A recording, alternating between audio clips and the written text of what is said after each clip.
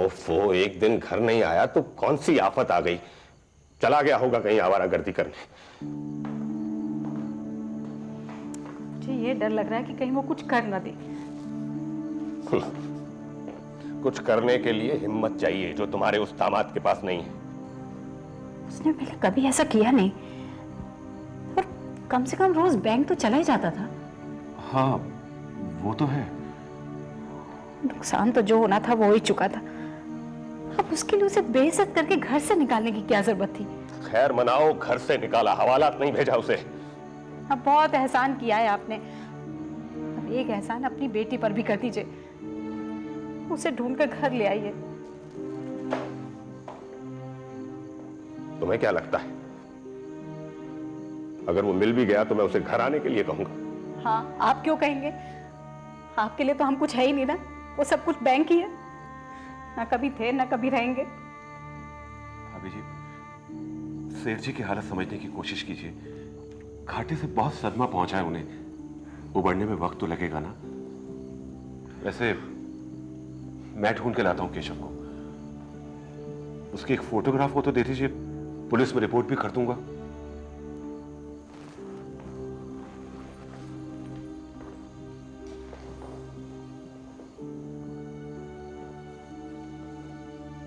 पता नहीं क्या होगा अरोड़ा साहब।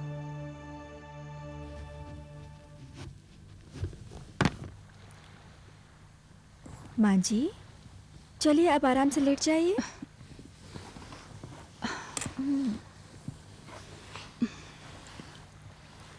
कल सुबह तक आपको बिल्कुल ठीक होना है। क्यों, सेवा करते करते तंग आ गई क्या? कैसी बातें करती है माँ जी? आपकी सेवा करके इतना अपनापन महसूस होता है ना। पापा के जाने के बाद तो मैं उसका स्वाद ही भूल गई थी। लेकिन मैं तो कुछ भी नहीं भूली कस्तूरी। तेरे पापा, डैनियल के पापा की दोस्ती, वो अपनापन, वैसे का वैसा ही याद है आज भी मुझे। समंदर ही दुश्मन हो गया था हमारा, दोनों के घर उजड़ गए हमारे। शायद हमारी पूजा में ही कोई कमी रह गई थी। माँ जी, आप अपने आप को क्यों कोसती रहती हैं?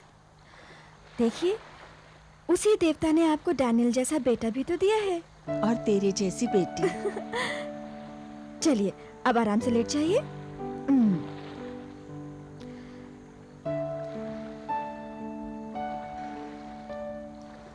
लगता है तेरे सिर सहलाए बिना तो मुझे अब नींद कभी नहीं आएगी। तो मैं हर रोज सिर सहला दिया करूंगी ना आपका। उसके लिए तो तुझे हर रात यहीं रहना पड़ेगा। तो रह जाऊंगी। कैसे रहेगी? जैसे पिछले 15 दिनों से रहती आई हूँ। बेटी बनकर? हाँ। बहू बनकर नहीं? डैनियल! क्यों? क्या कमी है मेरे बेटे में? नहीं माँ जी, डैनियल में कोई कमी नहीं है। वो तो मेरा बचपन का दोस्त है, बहुत ही प्यारा दोस्त। लेकिन माँ जी, दोस्ती दोस्ती होती है ना। और जा देख तो कौन आया है बाहर।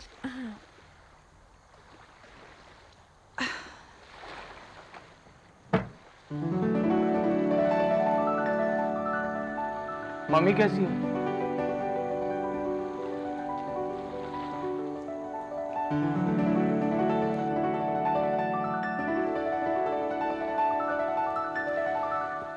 मेरा नाम अरोड़ा है। मैं आपके पड़ोसी डैनियल को ढूंढ रहा हूं, पर उसके घर पर ताला लगा हुआ है। वो तो गोवा चला गया। ओह, दरअसल मैं उसके एक दोस्त को ढूंढ रहा हूं जो गोरा सा है और हाँ, कविताएं भी लिखता है।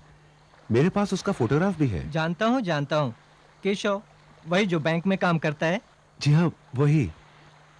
आप बता सकते हैं कहाँ है वो? वो भी डैनियल के साथ गोवा गया।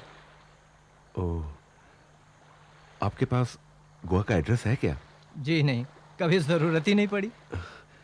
आप मेरा एक काम करेंगे, जब भी केशव या डैनियल यहाँ लौट के आए तो उनसे कहिए मुझे एक बार जरूर मिल लें। जी, कह दूंगा। नमस्ते। नमस्ते। कल वो तुमसे मिलने आया था, ये बात तुमने किसी को बताई नहीं? बेला मैं क्या बताती कि वो इस घर को छोड़ने का फैसला करके आया था और मुझे भी साथ ले जाना चाहता था, लेकिन मैंने उससे भला बुरा कह के उसका साथ देने से इनकार कर दिया। क्या कहा तुमने उससे? यही कि इन सब घोटाले का जिम्मेदार वही है।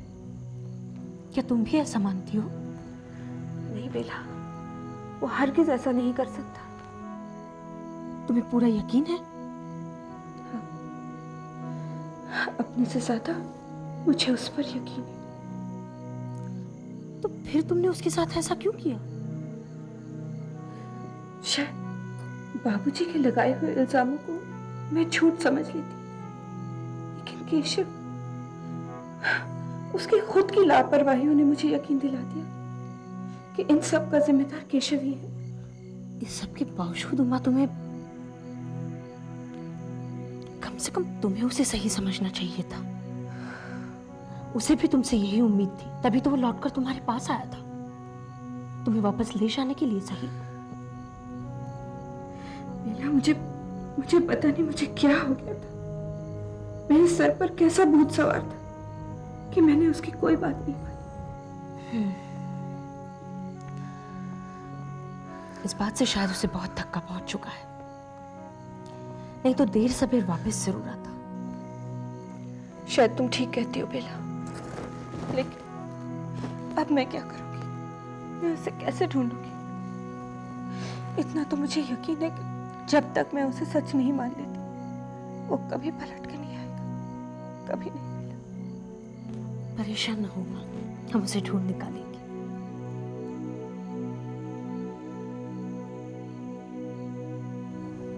अब मैं चलती हूँ, रात काफी हो चुकी है, अभिषेक लौट गया होगा। बेला, आज तुम यही रह जाओ मेरे पास। ठीक है, मैं अभिषेक को फोन कर देती हूँ।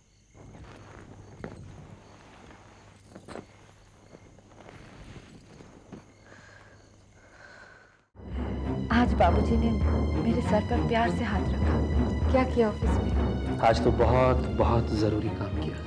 किसी के आने की आहट आती थी तो मन चाहता था एक सुंदर सी साड़ी पहने, माथे पर लाल बिंदी लगाए, हंसती खिलखिलाती मेरी उमा मेरे पास आ रही है।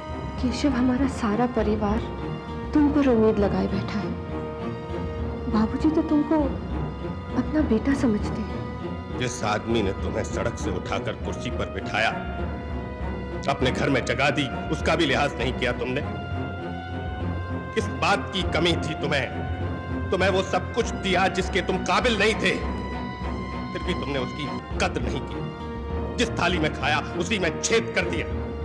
मेरे खानदान ने क्या खून पसीना देकर इस दिन के लिए कमाया था कि कोई भी ऐरा गहरा आकर उस पर पानी फेर दे। अब निकल जाओ यहाँ से। मैं ऐसे बेईमान और बेगैरत आदमी की शक्ल भी नहीं देखना चाहता, और दोबारा कभी इस घर की तरफ रुख मत करना। तुम अपने आप को समझते क्या हो? तुम मन मानिया करते रहो और लोग तुम्हें झेलते रहे। बेईमान कहीं के, फ्रॉड।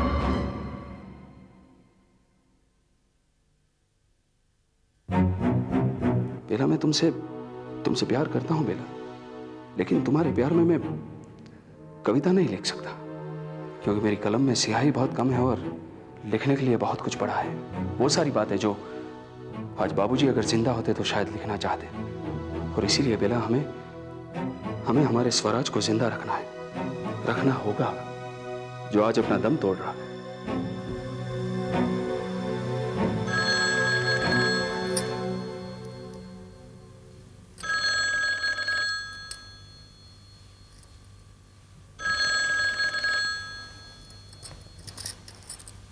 इतनी रात को किसका फोन हो सकता है? तुम रुको माँ, मैं देखती हूँ।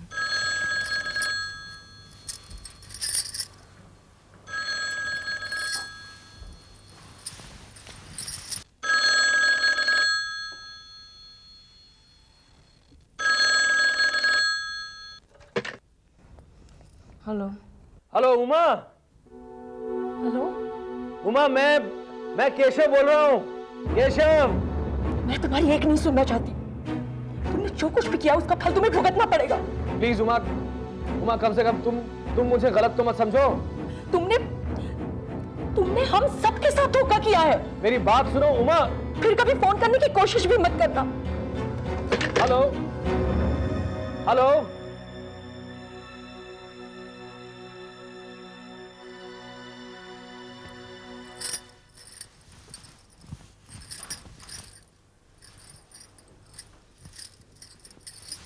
कौन था?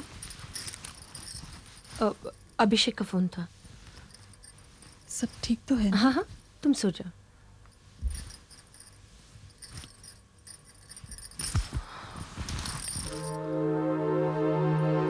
इतनी जल्दी सब कुछ हो गया मुझसे। मुझे उमा का जरा भी ख्याल नहीं आया।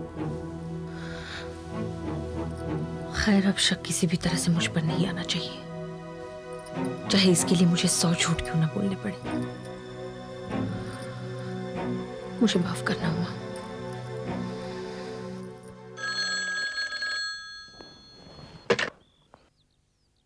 हेलो, कौन? अभिषेक बेटे। काका जी, कैसे हैं आप? मैं तो अच्छा हूं, तुम कैसे हो? बस आपके आशीर्वाद से ठीक हूँ। तुम्हारा जवाब नहीं है अभिषेक। फोन पर ही आशीर्वाद लेकर अच्छे रहते हो। अरे भाई, कभी कभार समय निकाल कर आ जाया करो, और कुछ नहीं तो स्वराज के बारे में ही बात करेंगे। जी, बिल्कुल ठीक कह रहे हैं आप। ये तुम्हारा स्वराज मेरे लिए कोई नई बात नहीं है अभिषेक।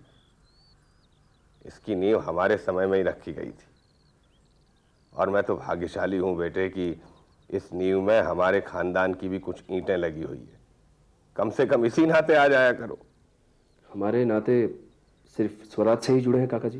अरे नहीं अभिषेक, तुम तो इस घर से भी जुड़े हुए हो बेटा। तभी तो कहता हूं, आओ, हम अपने सुख दुख आपस में नहीं बांटेंगे तो कहां बांटेंगे। तो कब आ रहे हो? बस अगले इतवार को। ठीक है, हम तुम्हारा इंतजार करेंगे। प्रणाम काका जी। जीते रहो बेटे।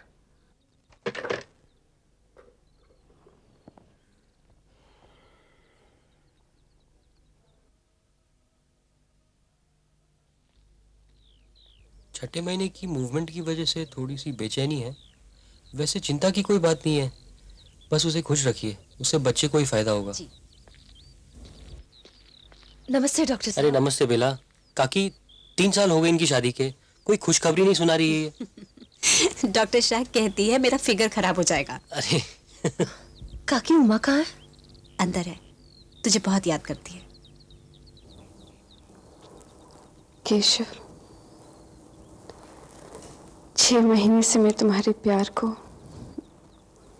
अपने अंदर दिन ब दिन बढ़ते महसूस कर रही हूँ।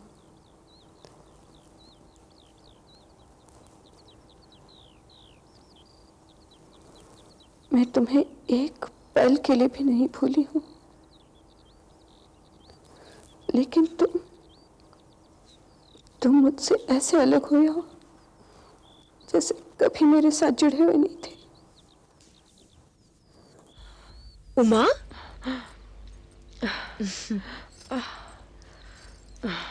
आओ बेला, अब मेरी याद आई। अभी कल ही तो फोन किया था। अच्छा, अब तो क्या सिर्फ फोन पे मिलेगी? ऐसा क्यों सोचती है? देख, मुझे पता है कि बैंक में तेरी जिम्मेदारियां बहुत बढ़ गई हैं, लेकिन इसका ये मतलब नहीं कि तू यहाँ की जिम्मेदारियां भूल जा। यकीन मान, कभी नहीं भूली। आज भी जब भी कोई हल्का सा सुराग मिलता दिखता है, चूकती नहीं उसके जरिए केशव तक पहुंचने में, ये जानते हुए भी कि उस तक पहुंचने का कोई भी रास्ता हमसे होकर नहीं गुजरता, वरना वो खुद भी तो उस रास्ते हमारे पास आ सकता था। बेला, ये तो क्या कह रही है? ये सच है उमा, और इसे मान लेने में ही हमारी भलाई है। भूल जाओ उसे, वो तुझे भूल चुका है।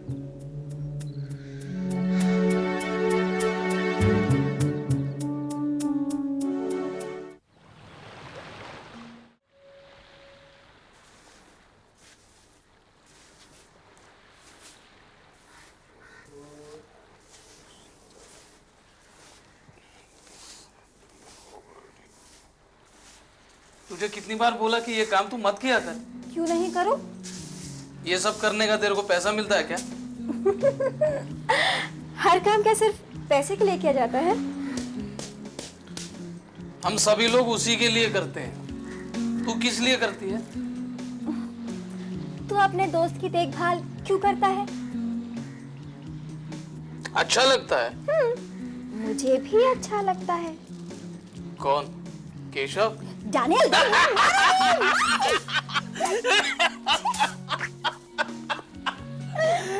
मैं तो काम काम की बात कर रही थी। डैनियल, चाय तैयार है। केशव कहाँ गया है? अब ये भी कस्तूरी को ही मार। डैनियल, अच्छा जा बुला के ला उसको।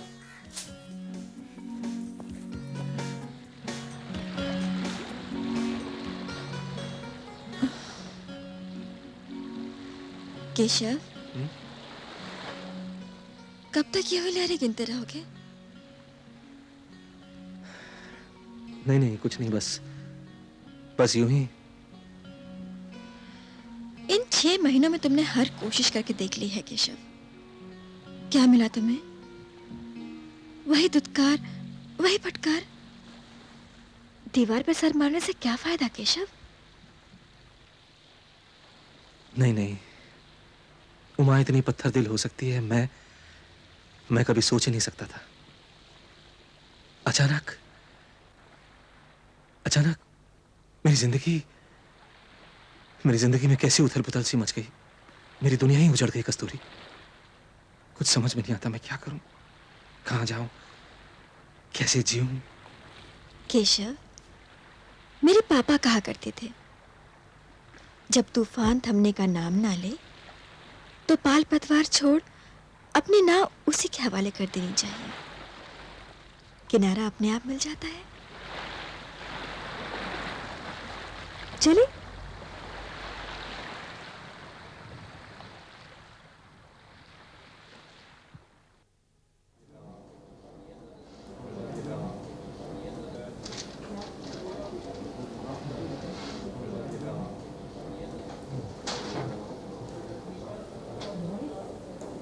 बेला, ये कहाँ चले गए? यहीं कहीं होंगे। ये लड़की, ये लड़का, अभी लड़का, ये लड़की होगी लड़का, नहीं नहीं नहीं, ये लड़की के लड़का लड़का। उमा को क्या होगा, क्या होगा, क्या होगा? लड़का। भाई उमा को क्या होगा? लड़का। क्या होगा, क्या होगा? लड़का। उमा को लड़का होगा, मेरी उमा को लड़का हो। आप यहाँ क्या कर रहे हैं? आपको सब वहाँ ढूंढ रहे हैं। अच्छा, सब ठीक है ना? हाँ सब ठीक है। मैं तो बस वार्ड की हालत देखने आ गया था। वार्ड की हालत? जी हाँ, लड़का। नमस्ते।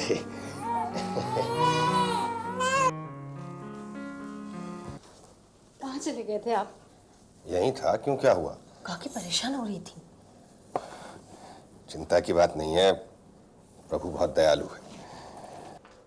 मुबारक हो, लड़का हुआ है। मैंने कहा था ना, प्रभु बहुत दयालु है। मुबारक हो, डॉक्टर साहब, आप सबसे पहले मिठाई। जरूर जरूर। तुम सबका मुंह मीठा कराओ।